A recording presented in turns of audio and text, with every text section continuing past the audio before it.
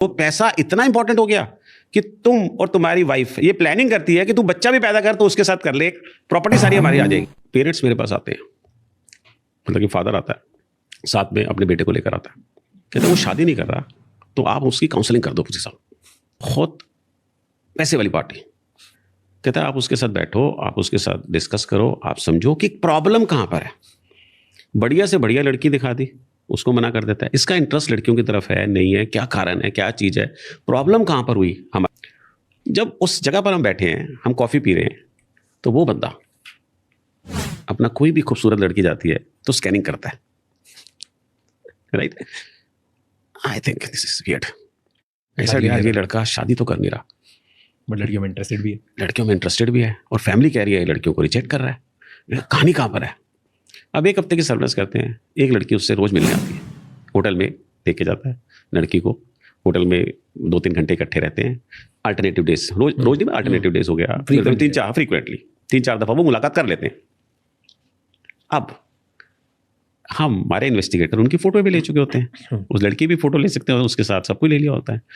आ जाओ जी, आपके केस के बारे में डिस्कस करना है। अब हम उससे फोटो दिखाते हैं, दोनों चुप, दोनों चुप, पापा और बेटा, बड़ा बेटा चुप। मैं कहा सर क्या हुआ, आप इस लड़की को जानते हो? यस पुरी साहब। मैं कहा हूँ शी? कहता है ये मेरी, इसकी बीवी है, मेरी डॉटर इन लॉ बड़ी। मैंने कहा ये क्या केस था, ये क्या केस निकल आया, राइट। मैंने इमीडिएटली मैंने कहा sir if you excuse me, मैं आपके बेटे से बात कर सकता हूँ 2 मिनट? कहता है प्लीज़ आप करिए। मैंने कहा आपकी इजाज़त है? हाँ जी इजाज़त है। मैंने कहा आपका हिडन एजेंडा क्या है? कहता क्या एजेंडा, मेरा कोई एजेंडा नहीं है। मैं क्या, आप अपनी वाइफ के साथ इन्वॉल्व हैं, आपने अपनी वाइफ अपने भाई के साथ इन्वॉल्व कर रखी है। तो मैं कहा भाई साहब आपको तो पता है सारी चीज़ों के बारे में। मैं क्या आपके बच्चे कितने हैं?